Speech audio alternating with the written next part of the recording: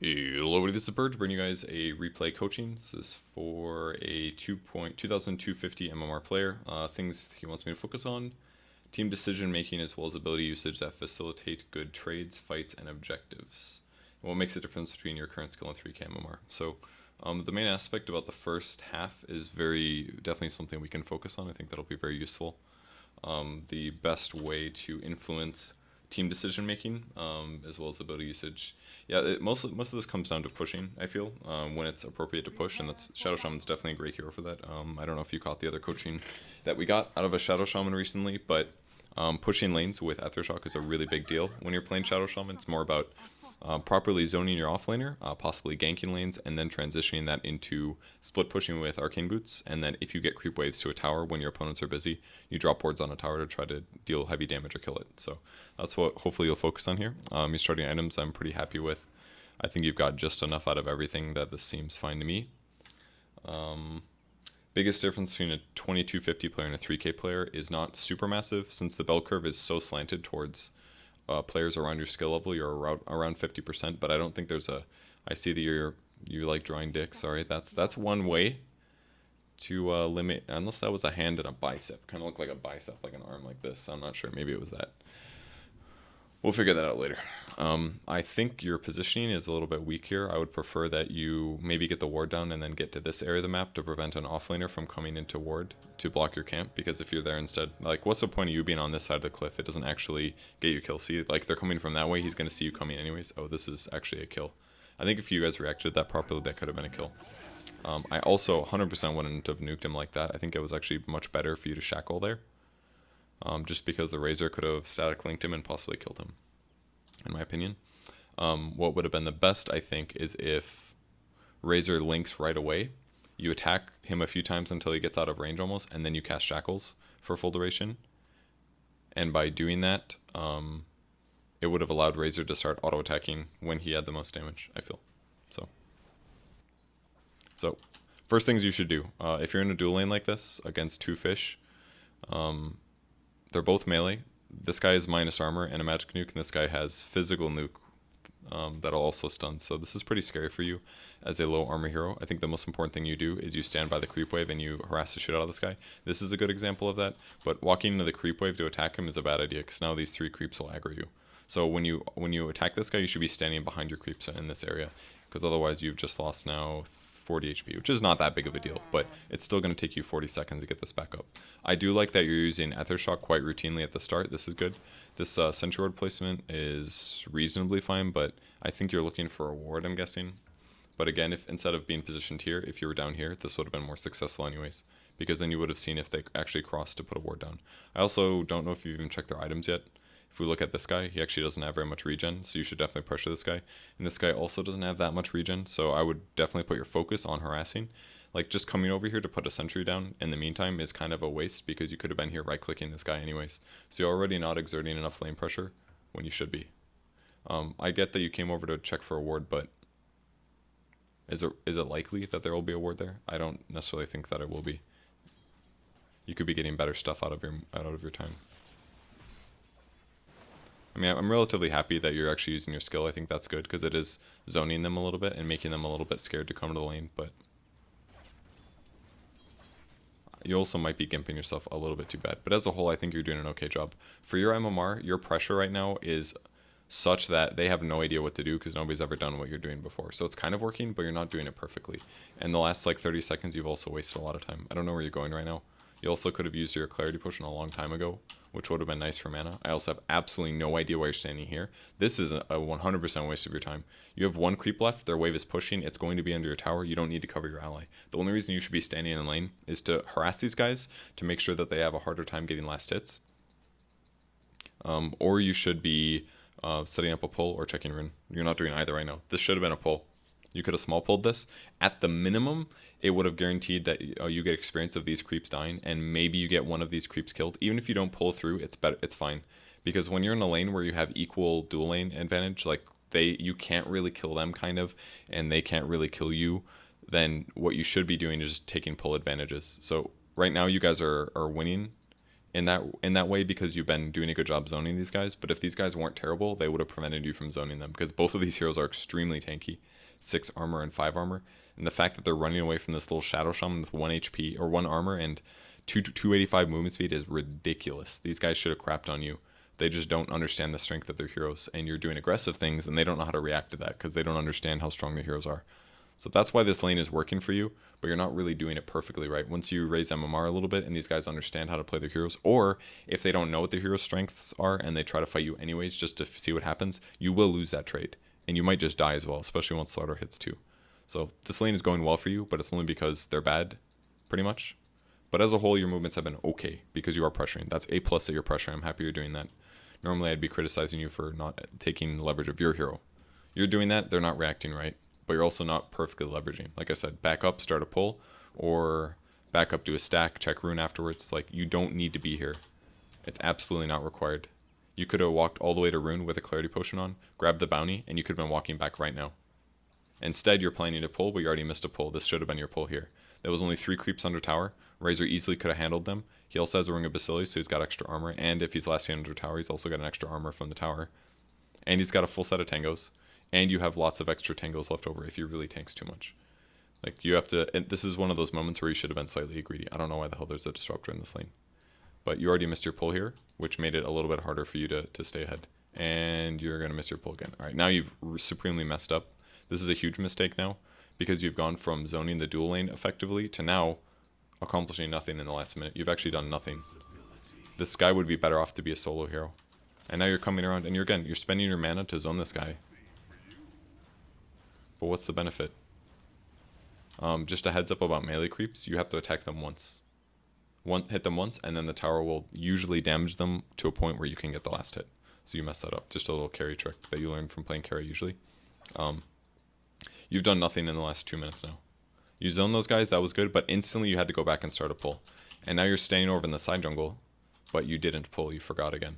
You absolutely cannot forget to do stuff like that when you're playing support. It is extremely lane losing. It has a massive impact because literally in the last minute and a half, you've done actually nothing to increase your gold per minute and increase your experience per minute. All you've done was pop the clarity, stood around, and moved over and zapped one of these guys for 140 damage, which reduces to like, I don't know, 95 or something like that. It's okay. But that's one tango. So you basically walked up to the lane, you zapped him once, you accidentally aggroed 2 melee creeps, which got killed by tower and not last hit by you or the Razor.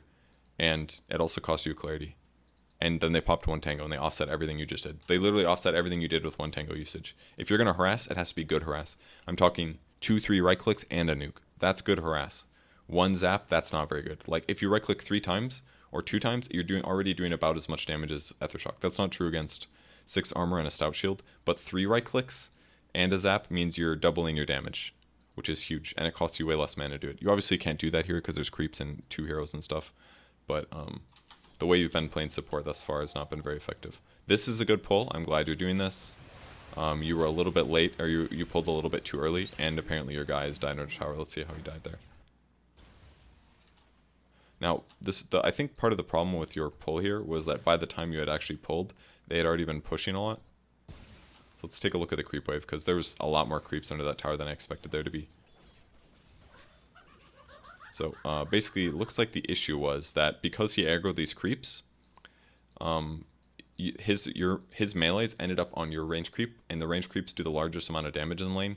So, and because that happened to his as well, but his range creep survived, that means that it leads to this strong pushing area. I think Razor kind of made a big mistake not going for 2 plasma fields, in my opinion, over 1 static link. Static link is good and all, but because there's so many creeps now, things got a little bit dangerous. Also, he made a huge mistake running slightly to the right here. This is not where he wants to be, because if the creeps are behind him now it's harder to run away. And then he also ran into melee range to cast his ultimate. This guy supremely fucked this up. It's not so much your fault, but I think that you also could have been watching to see what's happening, because based on your perspective, I didn't see any of this lead up. And I also don't know if you communicated that you're doing a pull or not. But in some ways, it's obviously dangerous at your MMR that players will do stupid stuff. So you're focused entirely on the pull. You didn't see what was going on. Again, you pulled too early, and this guy's going to end up dying. So mostly his fault, honestly. But again, if you would have pulled earlier and just done a single pull, for example, it would have been much more beneficial. Like I pointed out in the last video with the Shadow Shaman coaching, you've got to get 2 Aethershocks here. It's super important. You do not want 2 seconds of shackle disable. The biggest reason, in my opinion, is because it hits AoE. It hits 3 targets, not really true AoE, but it forks. It hits 3 units instead of just 1. 1 unit, level 1 Aethershock, great skill, but level 2 Aethershock's also very good. It's still doing 50 more damage than a level 2 nuke normally, and if you cone it correctly, you can hit 2 heroes with it. You should, honestly, the fact that you've used this skill like 5 times and you haven't even cast Shackles yet further proves the point that you should have more points in Aethershock if you're using that ability more often, because with more skill points, it becomes more and more mana efficient. You should 100% be getting these last hits while your ally is gone, because somebody should. Getting 1 point in Hex is a huge mistake as well, because you simply don't have the mana to afford this. You don't even have mana to afford Brown Boots right now. You could have if you got those last 2 last hits. And you're being a little too scared. You should be worried about Glimpse, but if you had been paying attention, you would have seen that Glimpse was used. So at maximum, it's a 50-second cooldown here. Like, all of these last hits. As a support, I'm usually a little happy when my carry dies, just for the fact that I know that it would lead to me getting free experience. And let's look to see what we've done in the last 30 seconds since the Razor died, by the way.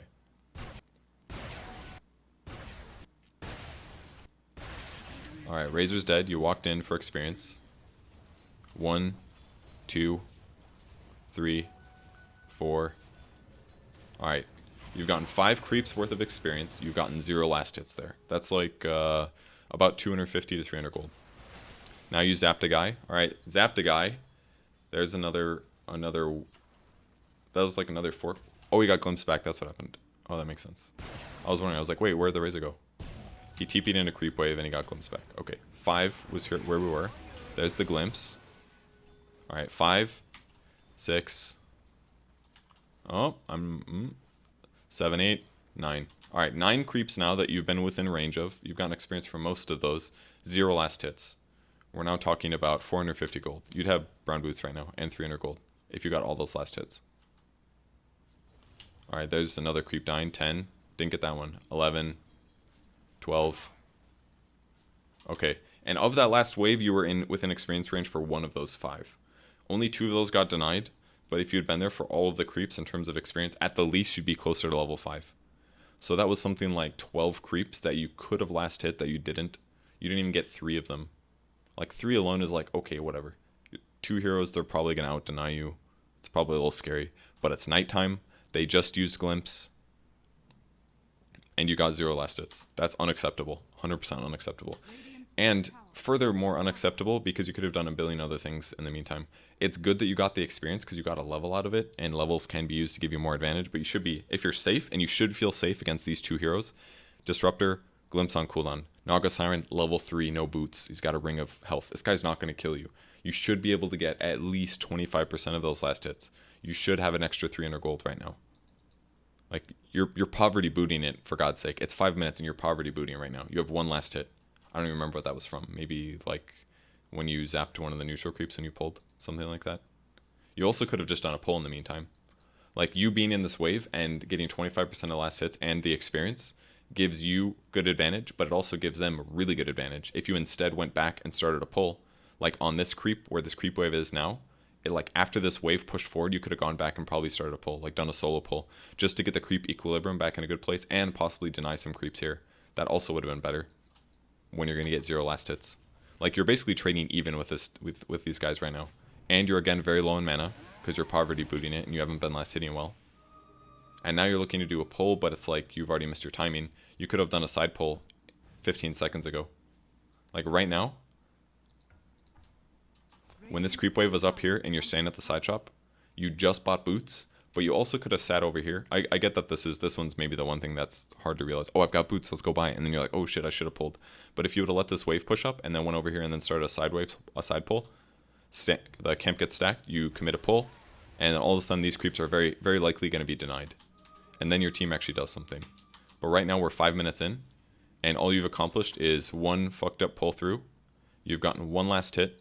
You've casted Aethershock like 5 times probably, and maybe done like 3 right clicks on enemy heroes. And that's pretty much it. So basically you've done 1 small pull, 5 Aethershocks, 3 right clicks, and sat in the wave after your Razor died, without getting any last hits. And now you're running all the way to mid lane. I don't know why you're doing this either. What is this accomplishing? Okay, you brought a smoke, so it looks like you want a smoke gank mid or something. But it's, you know, honestly, you don't even need to smoke for this necessarily. You could have just done this without. Maybe, I mean, it's nighttime. If it's nighttime, you can try these. But I think the better way to do it was you would be maybe sell Iron Branch, buy a TP to the tier 2, and then walk this way, and then go all the way around and gank him from the back. I think that would have been the thing to do. I'm gonna go back a couple chunks and check to see if you even looked at the mid while you approach these ganks, because I want to see what kind of information you gathered to go for this. You basically prep the smoke. You could have pulled here, by the way. That would have been better too. Walk in. You don't even know who's mid yet. You're sitting here with a lone druid. You got the smoke. You now use the smoke. Check bot rune. Okay, you can grab it. You should honestly grab that. You're wasting so much time. And now you're smoking bottom? This is what's going on? Aw, please, come on. So inefficient. Looks like you guys get a kill. The Zeus uses his ulti or whatever. The shackle got interrupted. He ends up dying or whatever. It worked. But let's go back again and see how long that took you. I'm going to use this because it was honestly so long ago. Let's go back to, this is, I believe, where you bought your boots. Okay, here's 448. We're going to again press play. We're going to watch this in A time. 448. You put a sentry down. You bought a smoke. You walked all the way to the mid lane. You flew the smoke out to you. Then you smoked mid lane. And you walked all the way bottom. You grabbed a bounty rune. After 10 seconds. And then you did a gank on the bottom. You just spent 1 minute and 40 seconds buying a smoke, grabbing a bounty rune, and ganking the lane that you were already in 1 minute and 40 seconds. Ultra inefficient. Inefficient is an understatement in what you just did. I thought you were going to gank mid there. But here's some tips for ganking mid. I'm going to move away so that... I'm going to actually wait till that breaks so that we don't have to listen to that. Okay. If you're going to gank mid, priority number 1, look to see who's mid. Look to see your opponent mid. Check your items for both. Check the mana levels for both.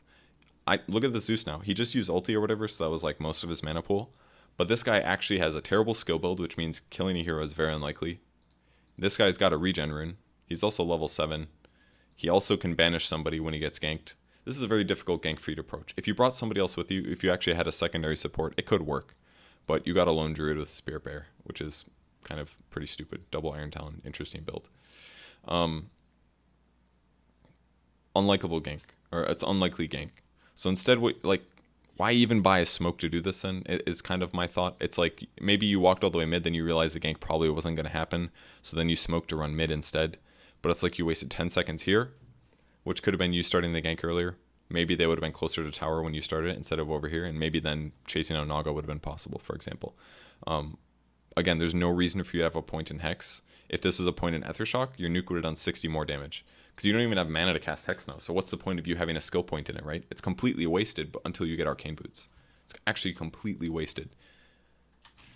Like, that guy might have died.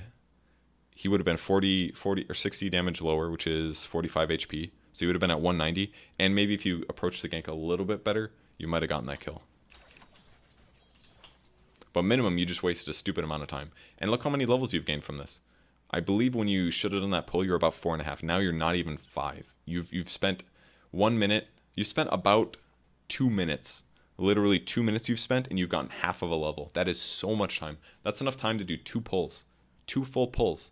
That means 1 small camp dead, some of a large camp dead, maybe the whole thing. And then if it resets and you do that again, you can get 2 large camps and 2 small camps in that same amount of time if you had just sat in your lane pulling and everything you accomplished. And with the exception of the bounty rune. But surely leaving the bounty rune and doing a double pull would have worked. Or you could pull through, finish the wave, and then grab the bounty rune. Also possible. 2 minutes. And you got half of a level and set up a single kill in the bot lane that required your Zeus to ulti. Which is whatever, it happens. But yeah, I figured you're going to max Shackles. This is so reminiscent of the last Shadow Shaman game. This is not the way you play the hero. It's absolutely not the way to play the hero. This is a very, like, gank-focused way. It almost makes sense, but it honestly does not make sense. The only way that this build would work, in my opinion, is if you get real gank heavy. And to do that, you would need like tranquil boots and like a fast level 3, and then you just like roam constantly and get kills. And the only way that, in my opinion, that players can do that is if they're higher than 4 to 5k. That's when players get good at min-maxing their auto attacking. That's why roaming at low levels doesn't work very well. First of all, it's inefficient, But number 2 is because you can't rely on your allies to min-max their auto-attacking and their skill usage, because you need to do that to have enough damage at lower levels. So you got level 5 now. You spent your first 200 gold. This is actually so reminiscent of the other game. I'm actually kind of blown away how similar it is. You spent your first 200 gold on Magic Stick because you're probably thinking, I need more mana. But this is not a good solution. This costs you 200 gold, and every time your opponent casts a spell, it gives you 15 burst mana. But instead, you could spend 225 gold, 25 gold more, and every second you get 0.85 mana. It means in 10 seconds, you get 8.5 mana. In 60 seconds, every minute, you're getting 6 times that, which is like, what, 50 mana? So every minute, you're getting 50 more mana, and it damage blocks 5 times. And it costs about the same. It doesn't give you health regen, obviously, but what Shadow Shaman needs is mana. And again, what Shadow Shaman should do is if you're having a tough game, you get raindrops or something. If you're against a tri-lane, you can get a magic stick early. But if you're like the support in the lane and you can do a decent amount of pulling, like you should have like at least 10 last hits right now, mostly from neutral creeps. And you should have like a kill and an assist maybe, or 2 assists. And then you can just greed out an arcane boost because you'd have like 400 more gold right now. So again, you're roaming towards the mid lane. You're thinking about approaching this gank, but how do you approach this gank? The way that you approach it is really important. It looks like you're running all the way back to base, by the way. So you just spent about 40 seconds running from the safe lane all the way over here, all the way back to base because you didn't have mana. Minimum, it's faster to TP. Costs you 75 mana, costs you 50 gold. Minimum, that's better. But the real solution there is to fly out a clarity potion and a raindrop. That's far better. So by the time you've walked all the way back to base, what's the point? You've again wasted your time.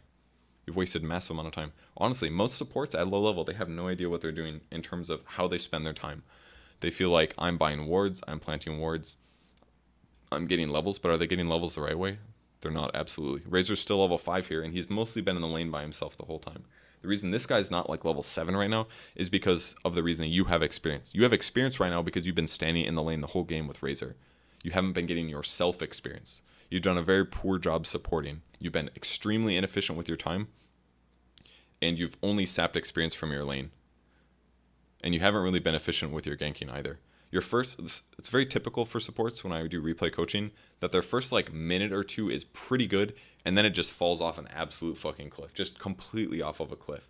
They completely forget what they should be doing. They get completely inefficient with their time movement. And it's actually not that difficult. And I think a lot of players get overwhelmed because they think it's going to be difficult, but it's not very difficult. You just have these like order of operations that you do. Step 1, are you a stronger lane than them? If the answer is no, then you harass them when they go for last hits. And then when it's time to pull, you pay attention and you go back and you start a pull. That's it. That's your plan. And occasionally, if you feel like you're stronger than them, or if you have a level advantage, or if they get out of position, then you kill them. And sometimes, if they kill you or something, and they're way ahead of you, then you can do stack pulls, or you can just go gank with smokes and stuff like that. And basically, what you did is you did a good job at the start zoning. You tried to do a pull, but it didn't work out, and your Razor died. And then because your Razor was dead, you wanted all the experience of the wave, and you got that, but you didn't get the last hits, which you should have. And then you did this like 2-minute waste of time. And now you're back at the bot lane, and you picked up level 5 from the creep wave, and you bought a magic stick, and then you ran across the whole base. That's the summation of how you played this game. But instead, it could have been a successful pull through, getting last hits while your Razor was dead to hit level 4, maybe level 5 there, and get a couple more 100 gold towards your arcane boots. And then you could do a wraparound on the bot lane rather than smoking all the way there. Running mid, smoking, you could have instead walked to the jungle, walked down here, and then approach from this direction and said, don't even need to smoke. If they back up, you're like, okay, clearly they have a ward. They saw me coming. It's probably somewhere over here or somewhere over here. But in reality, they probably didn't have a ward. You actually could have just gotten around easily without it. At your MMR, people don't have wards, man. The places, all the wards at low MMR are pretty much rune spots and maybe mid. Those are pretty much, I would say like 80% of the wards are probably going to be there. Maybe sometimes people put wards over here. They use wards to block camps, but you have sentries for that, so you're covered. So just like, don't be afraid to like try to approach ganks without a smoke. You don't really need it. It can be very useful, but you definitely didn't need it that one time you used it. It was technically a waste. It's okay to buy it and hold it because they respawn slowly, but you could have just walked around. Just walk around the wave. Approach from the back, try to kill with Zeus ulti. It works. Saves you minute minimum. It took you a minute and a half, I believe, 2 minutes almost to do what you did. You could have done it in 30 seconds. And then after attempting that gank, go get the bounty rune or go back and heal. That would have been a better solution. So now that we've walked across the whole map, it's kind of okay that you left a little early, but in some ways, I know a lot of pro players do this because it does give them efficiency, and sometimes it could give them fractions of a second that would give them a kill that they wouldn't have had otherwise. But I actually really think you should have TP'd here, actually. Like, for example, if you're planning to go top lane, I think you should be looking where you're going to go. I think you need to up your movement speed when you edge pan. That's the first thing. Because right now you're basically moving your screen 5 seconds forward and clicking the ground, and then moving it forward 5 seconds and clicking the ground. You know what's faster? Is if you just move your camera here and you click the ground. Because you should know that your hero will run that way. Maybe once in a while some shit happens, but just move your camera where you're going and right click the ground. See what's there. Because right now I can see this shit going on. Centaur's in the lane. He's level 7. He's got a lot of items. There's a level 3 Slardar here without boots. That's a huge advantage. And we got a level 6 Wraith King without boots, low HP, and he's got a minus. That means both of these guys are really vulnerable right now. This guy because he has no levels. This guy because he has no boots, health, or regen. And you got a level 7 Centaur. You should be looking at this lane and saying like, hey, this is huge kill potential. But instead what you're doing is going,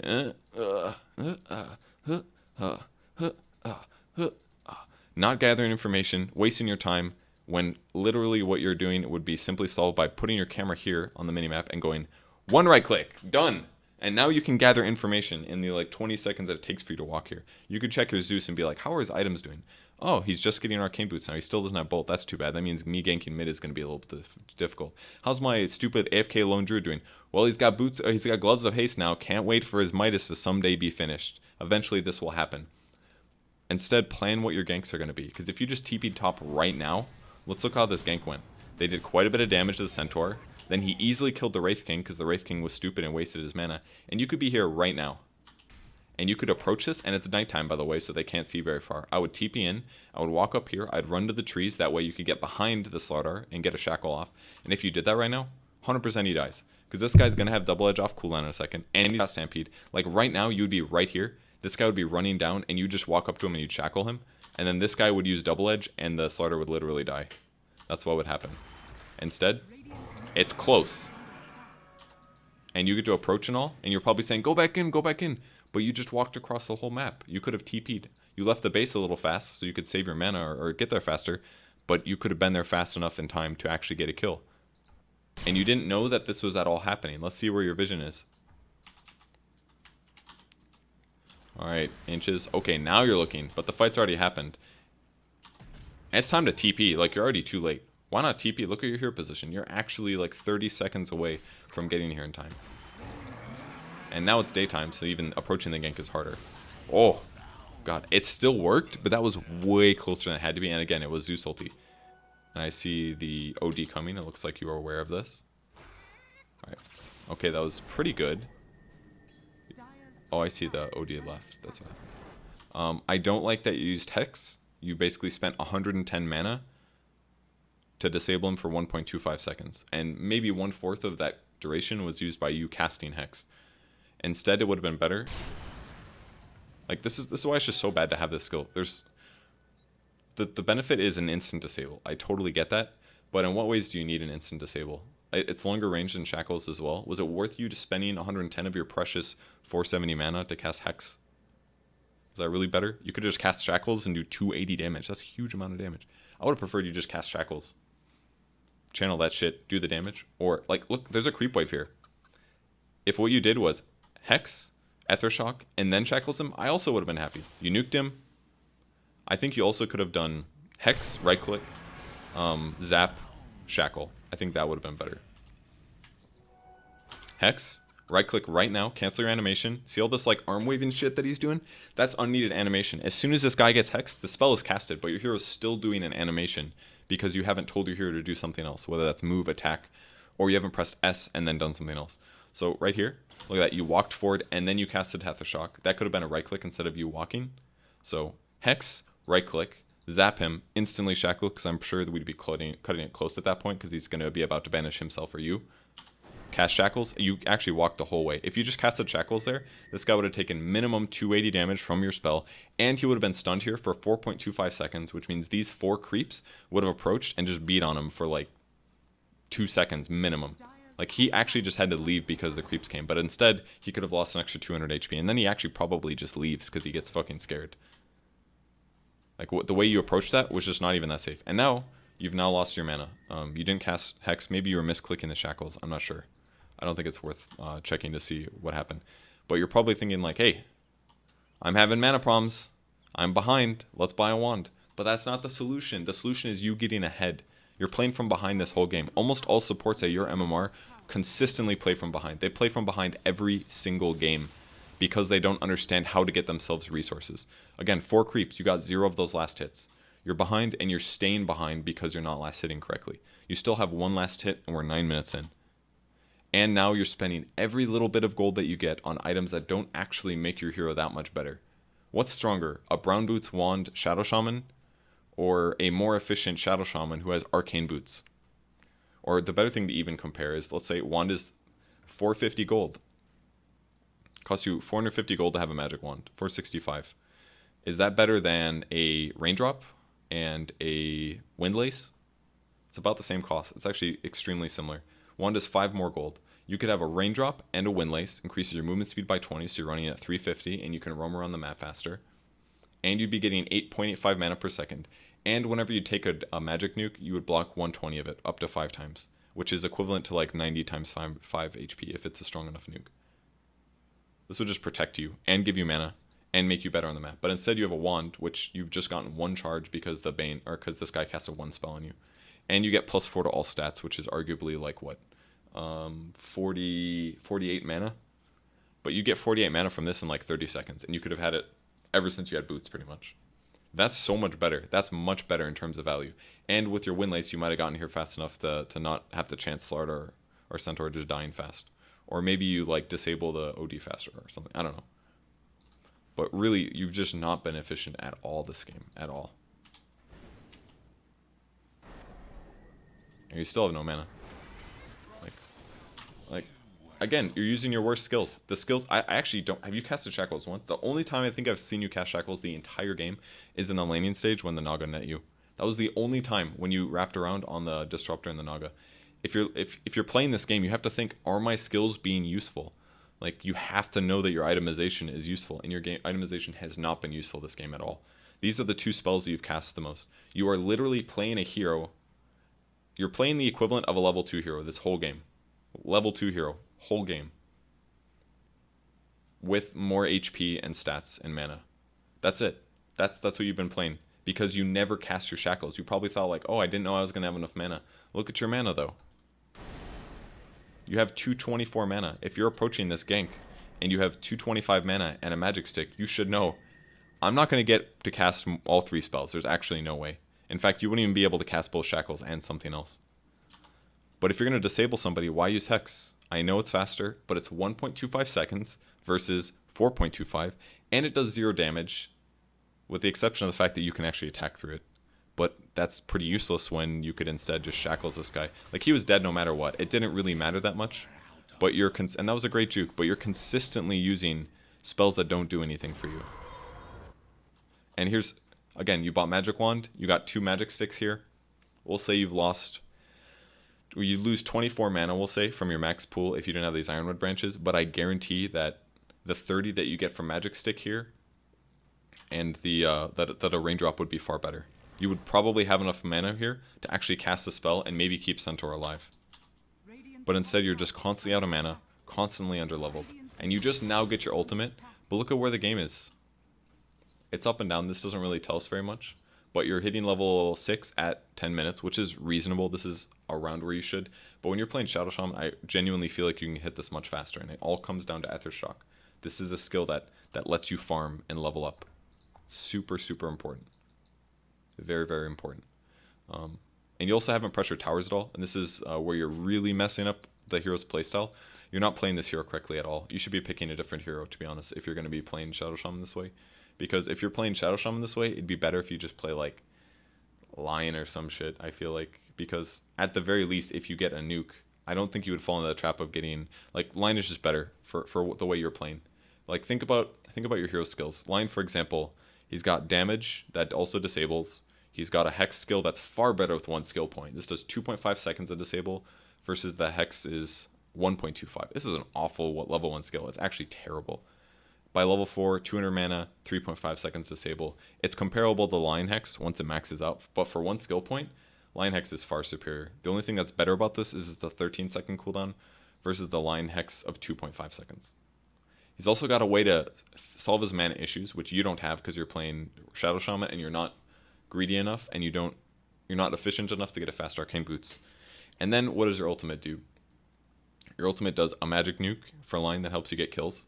And your ultimate drops wards that do piercing damage. I don't remember what it's called now, which is very good against creeps, and it does splash damage. So this is an ultimate that's good for pushing towers and for farming creep waves. But this is useful if you get to towers or if there's a position where it's worth using Mass Serpent Wards on creep waves. Against heroes, Mass Serpent Wards is pretty shit, honestly. It's kind of good. It is a damage amp, but it's in no way really strong against heroes. It's good for ward trapping, but that's about it. But what you should be doing as a hero playstyle, the way to play Shadow Shaman correct, you get Arcane Boots, you go to a lane like this where nobody is in, and right now I would Aethershock this with 4 points in Aethershock. This creep would die, and this creep would die. And then I would do my best to last hit these last 2 creeps. And then I would approach the next creep wave, and I would do the same thing. I would Aethershock it to get 2 last hits, and then I would do my best to last hit the next 2. And then if my opponents still haven't shown up, and I'm kind of playing safe while I push, because you don't want to spend a whole lot of time attacking these waves when they're like here. If nobody still hasn't shown up, and the creep wave goes to the tower, then I drop my wards. And then your ultimate's becoming useful. If I'm a Lion, that's not a good playstyle. You don't really want to split push. You actually want to passively farm to get Blink Dagger so that you can utilize your Chain Disable and your ultimate. But the way that you're playing Shadow Shaman right now is just not effective. You're not justifying your levels. You're not getting your levels fast enough. You're gimping your Razor because this guy's still level 7 at 10 minutes, which is super under-leveled. You kind of zoned your opponents, but you didn't do a super amazing job of it because you never pulled.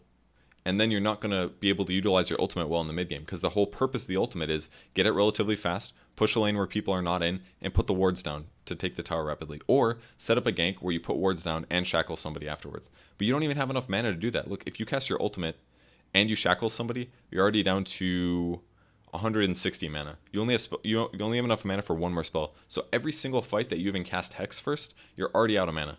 You can't afford to do it. So it's like things like these, you're not planning your hero and what he's good at and what he can actually do effectively by going the skill build. You actually don't have the mana to cast Hex if you also want to cast your other things. Unless you're expecting people to cast a whole lot of spells, which again, looking at their heroes, pretty much 1 spell on a normal cooldown, 1 spell, 2 spells, maybe 3, 1 to 2 spells, 2 to 3 spells. Like, these are not spammers. The only way I would justify a fast magic wand on this hero is if I'm ultra poor and losing, or if I'm against a Bristleback or a Bat Rider. And here's another case. If this was just maxed out, you could have nuked the Creep Wave and hit the Wraith King with it. That would have been far better. Another last hit that you've missed. And now, what's the point of you being in this Creep Wave? And this is now an issue with your skill build. Oh shit, there's a hero in the lane. I guess I can't take the tower. Because how can you ever even get this Creep Wave to go near the tower? You can't even get the creeps to the tower to use Serpent Ward because of your skill build. Your skill build is only good for ganking heroes, which means that if you go this build, you have to literally repeatedly gank heroes with smokes and shit like that. But you can't even do that because you're not coordinating with your allies and your levels are so far behind that even dropping wards against a hero on the enemy team is not going to be very useful. This guy can probably not die. Like if you walked up to this guy without him moving and you shackled him, dropped wards, ward trapped him, and then shackled him, by the time the ward trap ended, he'd probably be at like this much HP maybe. Tops. That's if you could get on top of him and if you had a full ward trap and shackle duration. Like you'd almost get close to killing him, but that's it. That's terrible. That means that if you as a hero are trying to play a ganking playstyle, it's not even going to be effective. You might as well be playing line. If you were line instead, you could walk with an Earth Spike range of a guy. You could Earth Spike him, and then you could ulti him, and minimum you do 860 damage instantly with just an Earth Spike and an ultimate. That's so much easier than you walking to like melee range, dropping a ward trap, and then shackling a guy. Like it's so much easier. You're making it hard on yourself playing the way you are, and you're absolutely not leveraging the hero in a way that makes him useful. Like you even walking here is now a waste because a hero happened to show up and you don't have Aethershock in any way leveled up. Like you don't have any way to get yourself levels. You don't have any way to farm yourself Arcane Boots. The only way you can do that is by you grouping with allies and having a fight. But the way you're playing now is you're not even walking places to have fights. So if you actually want to be useful right now with your skill build, smoke with somebody, go somewhere and fucking try to kill somebody. But right now, walking into the off lane in the hopes that maybe you'll get last hits or maybe take a tower, it's just not going to happen. It's 100% not going to happen. And that's why you're 2.2k MMR, because you're not leveraging your hero. You're casting your spells relatively well, which is pretty much the case for most people at your MMR, because you play enough that you understand how your skills work and when to use them, but you're not in any way being efficient. Like, this is your second and third last hit of the entire game. It's absolute, like, why Hex a siege creep? So it can stop one more attack to your tower? Like, you saved your tower 40 HP. Is that worth 110 mana when you don't have Arcane Boots or any way to refill this in a fast manner? That mana's gone now. I guarantee that you're not going to get that mana back until you go back to base. And again, heroes showed up again. But instead, if you had 4 points in Ether Shock right now, you would attack that melee creep twice, you would Ether Shock, you'd get 2 last hits, you'd push the wave, and you could instantly walk back. But literally the only way that you can safely get farm is if nobody on the enemy team shows up, because you're a squishy support. So you've put yourself into this awful trap where you actually can't gain resources and can't do anything. I don't know if this is you asking for your allies to gank or not, but it seems that they're headed towards your lane because there's been heroes there. So it looks like you're finally like walking around trying to get heroes. But now I think you weren't watching the map here, because you definitely could have shackled him there, and that would have been a good attempt. And now your team shows up, because you're probably like, guys, let's push, let's push, let's push. But you don't need your team to show up to do that. So you're probably, I feel like maybe you're playing this game and you're blaming your allies, saying like, my teammates just weren't pushing. It's not my fault, but it is your fault. You could have had Ether Shock. You could have pushed by yourself. When I play Shadow Shaman, I play solo half the time, because I know that I don't need my team to push. I've got fucking Ether Shock. This ability is amazing. 8-second cooldown, 320 damage. It's going to one-shot range creeps for a long time. Great skill. Cost me 160 mana. It's expensive, but with Arcane Boots, it doesn't matter, because every time I cast it, I use Arcane Boots and I get my mana back. So now, finally, 12 minutes into the game, you're justifying your ulti. You get to finally put your ultimate on the ground. Finally. But this is only because your teammates who actually have AoE nukes showed up to do this. That's why if you're playing a pushing hero, you need to have 2 aspects. You need to have the ability to kill creeps, and you need to be able to do tower damage past your right click. If you have both of those things, you're an effective tower pusher. That's why Nature's Prophet is good. He summons Treants and ultis sometimes, and it clears creep waves. And then when he gets to tower, he has Treants and his right click to do tower damage. Why is Jakiro good at taking towers? Because he has AoE nukes between Macro Fire, Dual Breath, and Liquid Fire, and then when he gets to a tower, Liquid Fire kills it really fast. Drow is good at pushing because she can kill creeps because she has insane right click damage, which therefore makes the tower staff faster. Same with Lycan. But right now, you only have ability to take towers, because obviously you can't drop Master Serpent Ward to push waves. All you have to do is max out Ether Shock and Massive Burns. I guarantee that I could play a winning Shadow Shaman game where I just skip Hex and Shackles, because it gives me a tower advantage by myself without needing my allies, and then I can buy items that let me do things like win team fights mid game.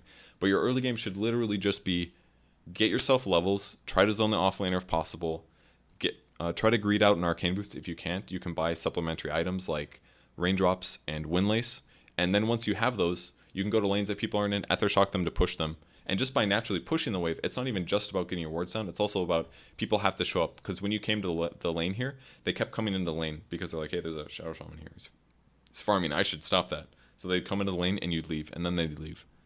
So if you just push the lane and it like moves up this way, they come out of the jungle and they push the lane. And then you know where they are, and you know they're not ganking, they're not pushing, and they're also not pressuring your tower. So just by pushing the lane, even if you don't get the wards down, you're getting yourself 3 to 4 last hits by Ether Shocking it and last hitting it properly.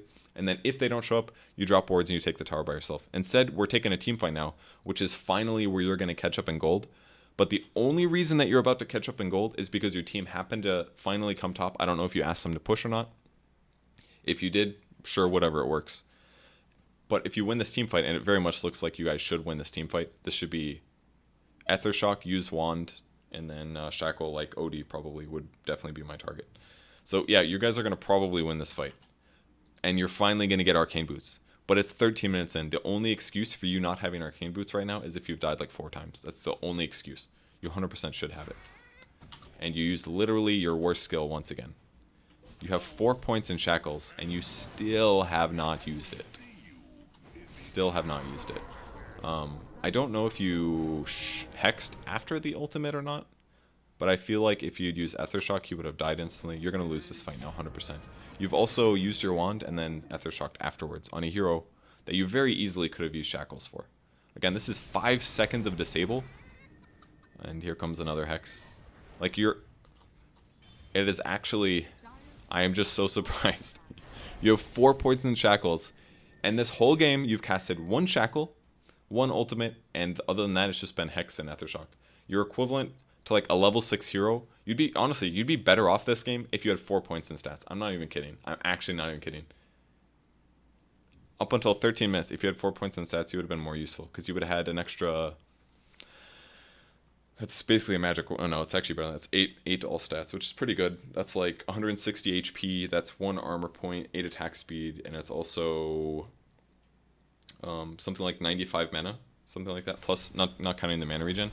So you guys kind of won the fight, and you took the tower, which is good, and now you've got Arcane Boots. But again, that's all based on you having more mana. By the way, you easily could have used Shackles here, I believe. Unless the Arcane... Yeah, you used mana here. You should have turned right now, actually, and used Shackles when he was within your wards. But again, you keep using Hex. Alright, 13 minutes in. You got the Arcane. So basically, like, we're only 13 minutes in, and I know that we're almost done with the replay coaching, but this is by far the biggest issue in your whole game. It's not even close. It's not even worth talking about late game stuff for you because you're screwing up the early game so much. Like, you're using your skills okay. You're using your skills, but your skill build is deadly off.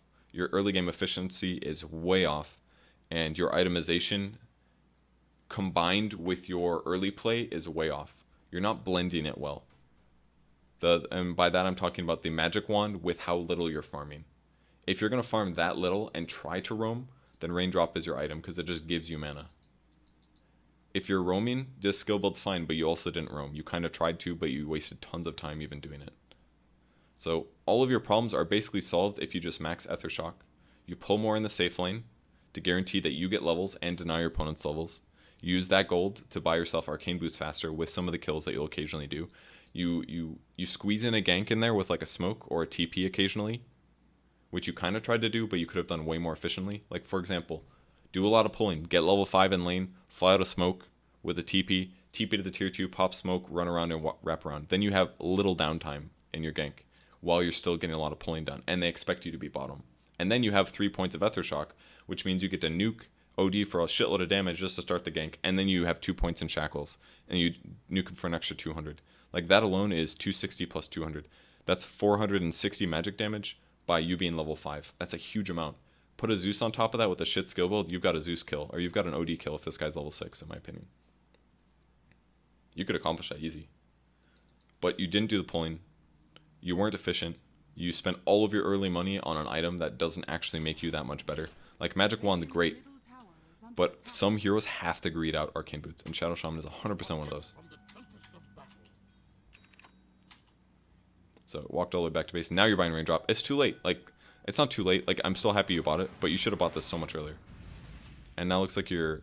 This is basically the part of the game when low MMR players basically just see heroes on the map and they run at them, in my opinion. Let's go back and see what you're looking at. Alright, you see shit happening. There's a fight over there. Looks like you're going to try to TP. You're TPing as close as possible. So it looks like you got vision of stuff. And because your team won a fight, this is the time to push. This is the right thing to do. In that sense, you're playing your hero correctly because whenever your team has an advantage or is pushing, you're there to put wards down. That's really good. I would like you to save your wards here, I think.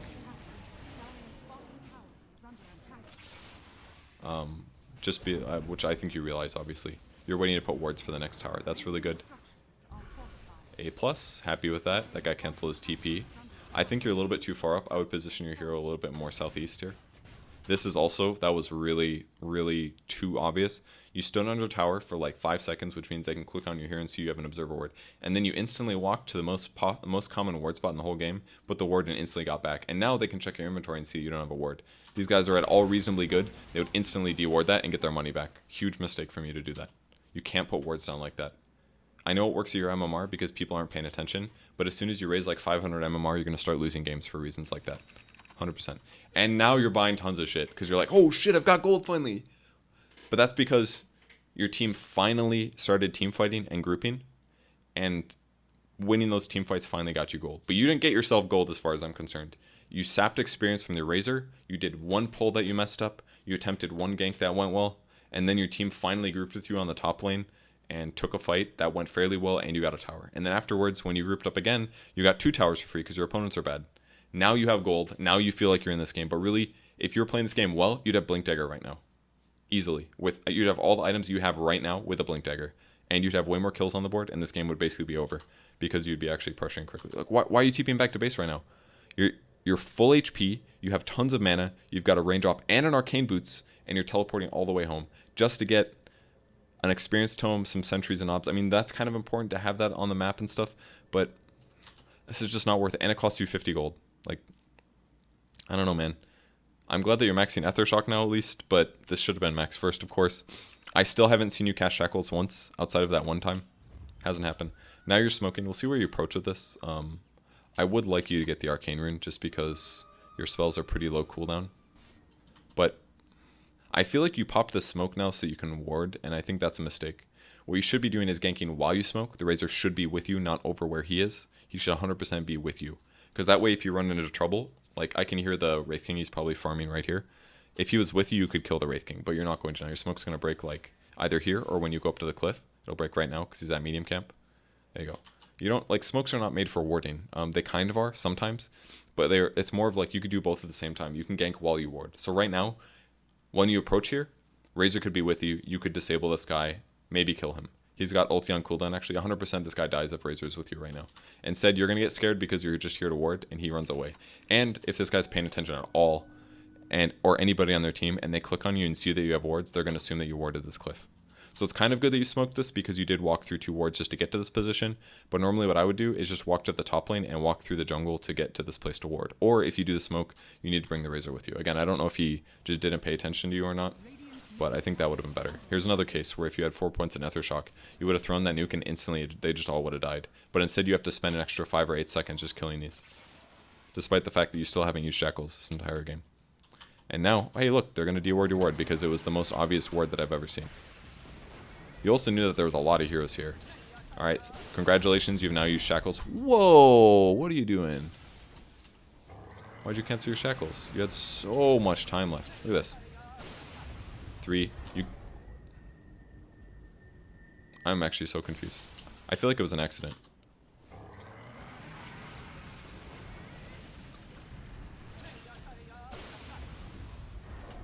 Did you want? It says you didn't want. I don't know, I'm very confused. You had 3 whole seconds. He still dies, but that was... You basically just used a level 1 Shackles on him is what you did, more or less. Now you guys are taking towers because your heroes are good at pushing and all, and you have lots of mana, that's good.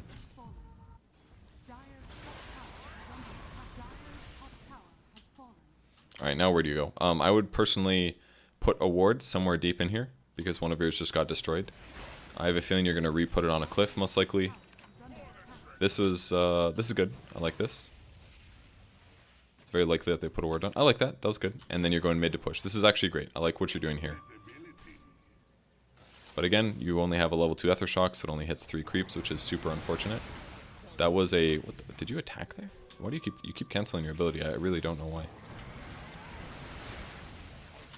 What are you doing? You're like getting scared or something. I don't know what it is. Just gotta ride it out, man.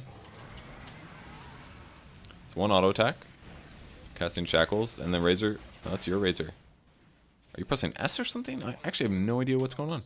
You just keep canceling your Shackles. I don't know why. Are you trying to get the last hit or something? I have no idea. I'm so confused. I would put my wards down here, personally.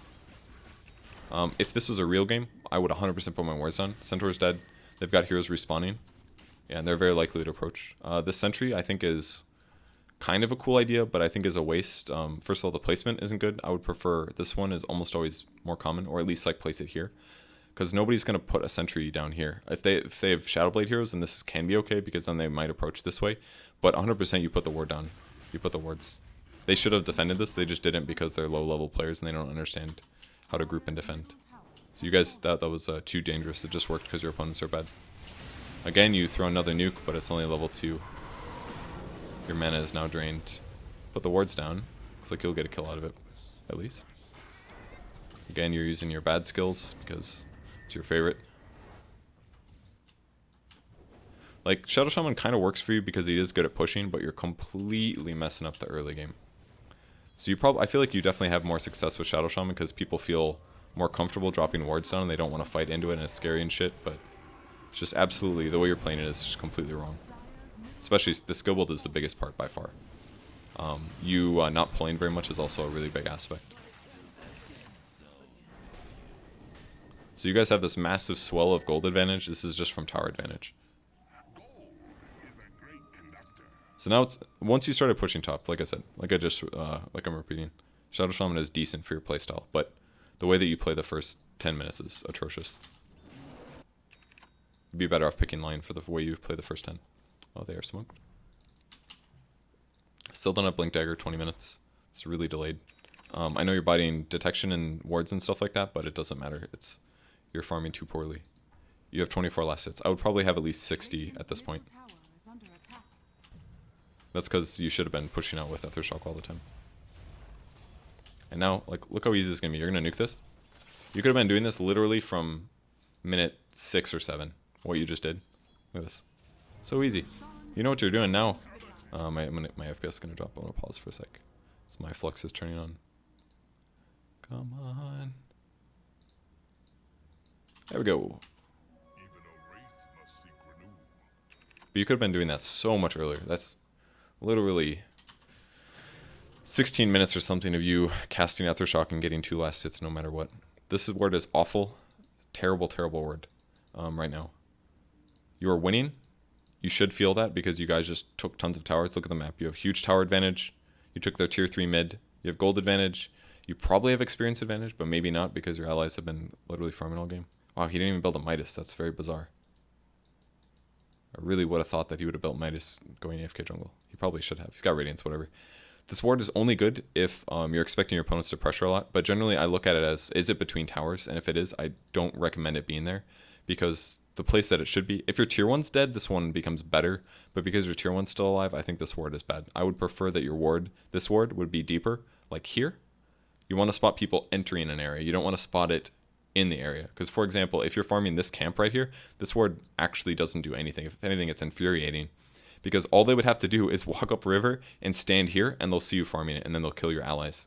This ward doesn't protect this. This ward only protects this camp and spotting opponents that are going to swing behind this tower. That's it.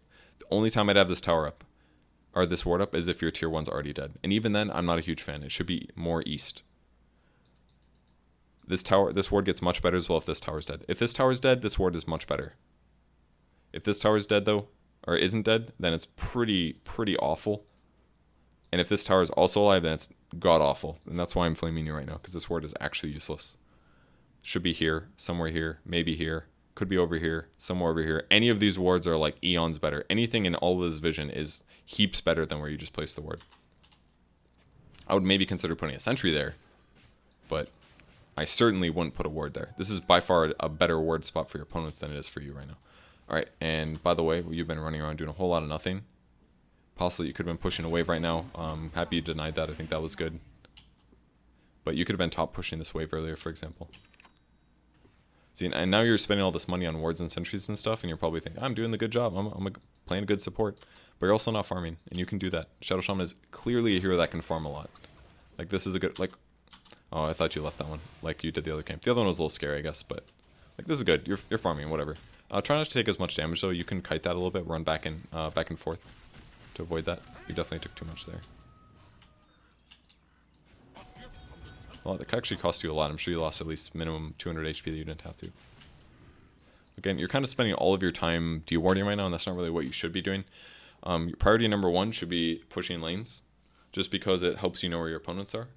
For example, if your creep wave is here, this means that if your team wasn't here, there's a decent chance that some of their heroes... Hey, look, there's one. I just found one. Literally what I was about to say. If their creep wave is here, there's a really good chance that one of their heroes is going to be in this area on the map. Because if their creep wave is here, that means that it's a little unlikely that your heroes are willing to go into this territory. Found one. There's a hero farming your jungle. If you push out this wave instead, and the wave is up here, you basically have to look at the creep waves as like towers, kind of like...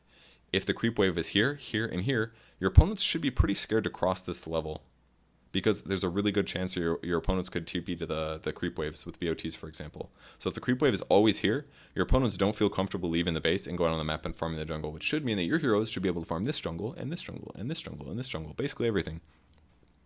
That's why pushing the lanes are so important. But instead, in the last 2 minutes, you've literally been running around putting wards. You actually ran into the enemy jungle, passed an observer ward, farmed half of this camp, then left because it felt scary. Then you ran over here and farmed this camp.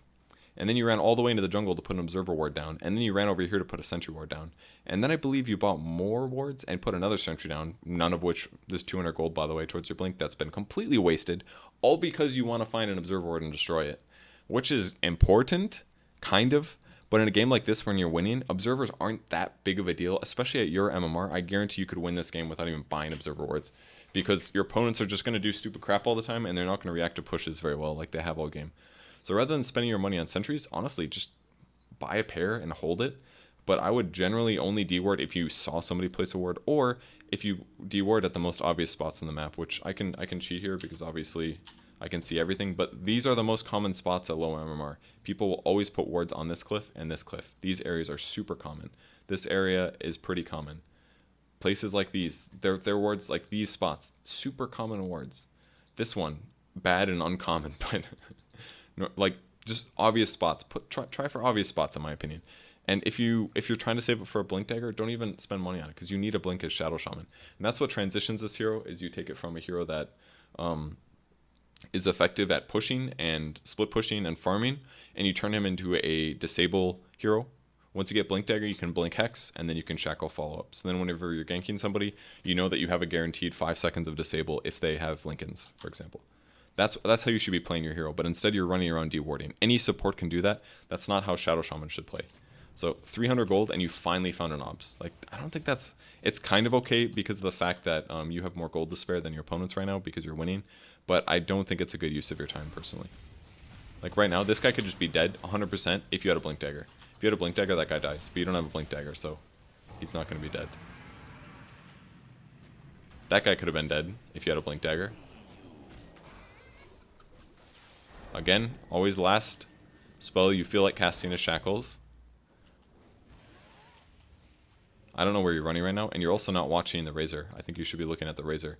This is a... Oh wait, I'm sorry, the tower's dead already. This is fine then. You're fine, 100% fine. I forgot that the tier 2 tower was already dead.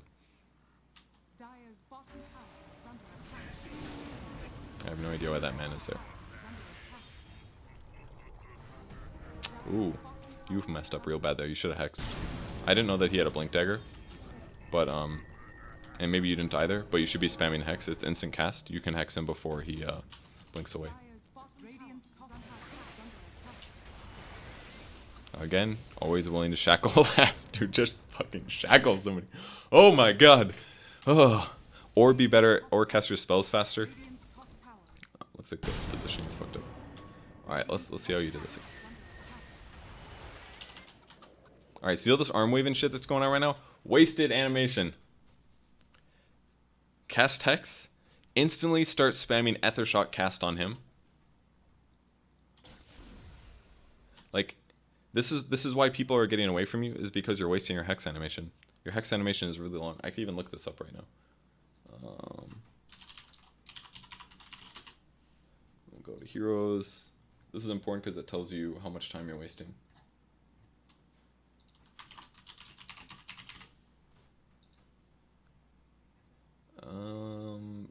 Attack animation, base attack time.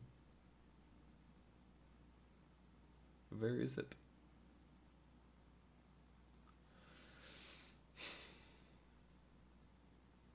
Projectile speed. Oh, okay, there's cast animations for everything different. What's this? Oh my god, Aethershock has a really long cast backswing. Yeah, you're actually wasting everything. The backswings are incredible. Okay, so this is what it's like. When you cast Hex, let's go back and watch the Hex animation. I'll teach you something about animations here. Alright, we're gonna speed things up, and then we're gonna slow it down right when you're about to cast Hex. Alright, watch the hero and see what his hero does icon-wise. Waiting for you to cast Hex. So that initial part, like pretty much this. That's about 0.3 seconds. That's your... Oh, I'm sorry. Excuse me. This is a bad example because this has an instant cast time. Your cast time is 0. But you see all this arm waving that already started happening? This is called backswing. That means once a spell is casted, basically you have an animation. Maybe we can see it better with your Ethershock one. Let's watch it with the Ethershock one, I think.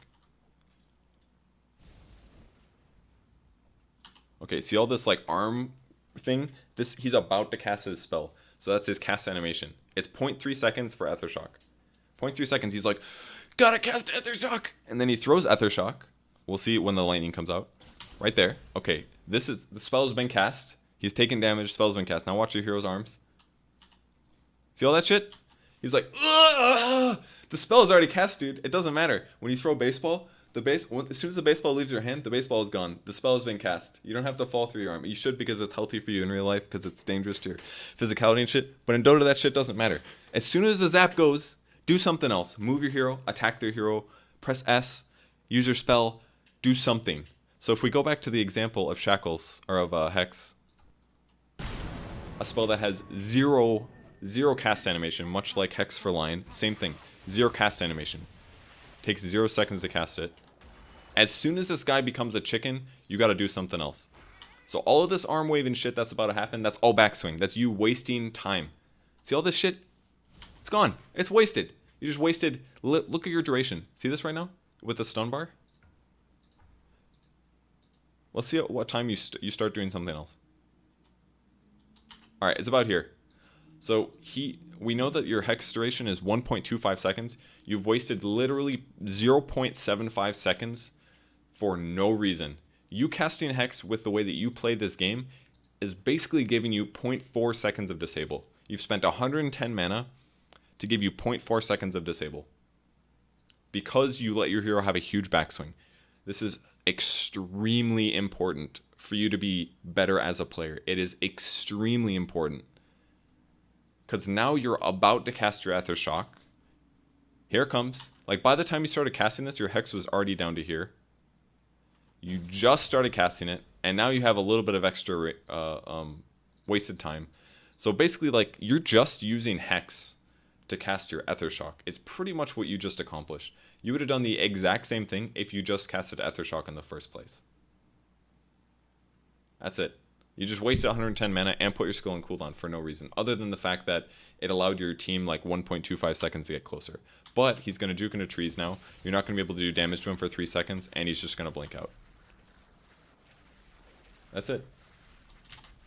Your cast animation backswing for Ethershock is 1.23 seconds. Your cast backswing for Hex is 1.13. That's basically what you did. You waited like 0.75 seconds of that cast backswing.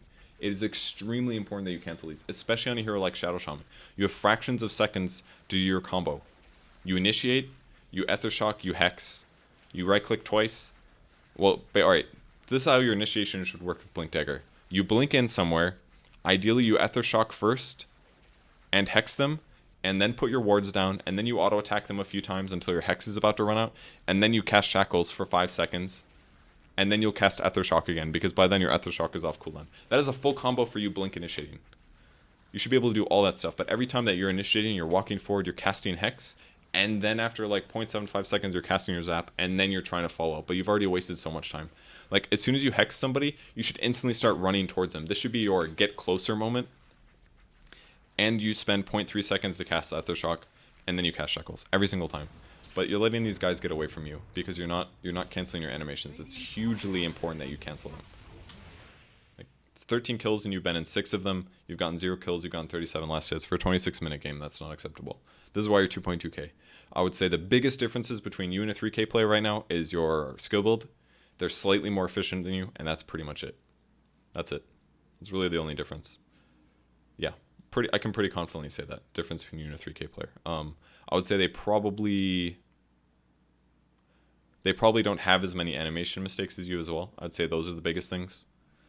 But honestly, there's probably like another hour of things that I could talk about, of things that you're missing. efficiency wise that you're not utilizing well. We don't have time to watch your other game, but I could probably watch your other game and say like, oh, there's tons of things in this as well that you're not doing. So there's like literally heaps and heaps and heaps of things that you have to do to be good as a Dota player. So it's not really easy for me to sum it up in that way. For me watching this game, I can tell you obviously what's the difference between you as a 2.2k player and a 3k player.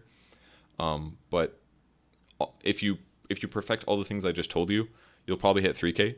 But if you only get marginally better at them, there's still probably a lot of other things that really separate you from a 2.2k player and a 3k. I would say for sure a 3k player last hits better than you, without exception.